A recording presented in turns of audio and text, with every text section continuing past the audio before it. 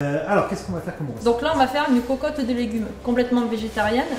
Le but de cette démonstration, en fait, c'est de montrer que je peux cuire des temps de cuisson complètement différents en me basant toujours sur le temps de cuisson le plus long et qu'il n'y a pas de transfert de goût et d'odeur d'un aliment à l'autre. À savoir que je vais mettre donc de la carotte, de la courgette, du chou-fleur non blanchi, de la betterave, du topinambour, légumes anciens, du panais, légumes anciens aussi, qui était très fibreux, et puis là il va être vraiment délicieux, et de la poire. Comme ça j'ai mon entrée avec la betterave, et j'aurai mon dessert avec la poire, et puis ma cocotte de légumes.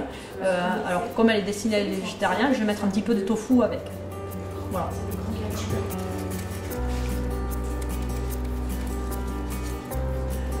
On va mettre la poire pour notre dessert et la betterave qui est la pièce maîtresse de notre préparation puisque c'est elle en fait qui nous sert de guide. C'est elle qui prend le plus de temps au niveau de la cuisson. Donc je vais me baser sur le temps nécessaire pour cuire la betterave.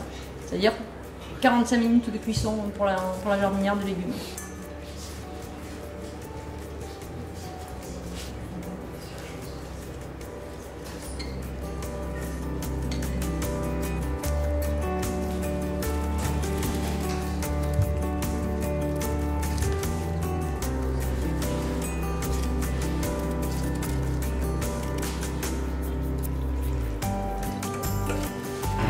Et je fais glisser ma cocotte.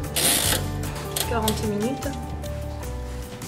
Donc là, Stella, je vais te faire découvrir la cocotte de légumes vapeur. D'ailleurs, le chou, qui était non blanchi, est resté bien blanc. Donc ça veut dire que les vitamines sont toujours là. Petite carotte, qui est restée bien orange d'ailleurs.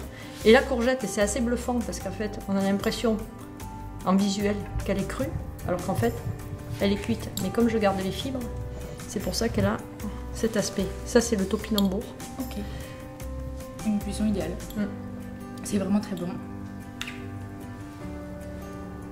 Chou-fleur croquant. Ouais. Qui garde vraiment son bon goût de chou-fleur. C'est ça. Et qui vraiment vient pas altérer en fait sur les autres légumes en fait. D'ailleurs, on ne sent pas, à l'ouverture de la cocotte, on ne sent pas du tout le Non. chou-fleur. Non, c'est très bon. Voilà. Je vais me goûter un petit bout de poire. La poire est fondante, à souhait, et a vraiment le goût de poire. Aucun transfert de goût avec le chou-fleur. Et c'est ça qui est génial en fait. C'est ça. Et elle n'a pas compoté, toujours pareil, parce que je garde les fibres.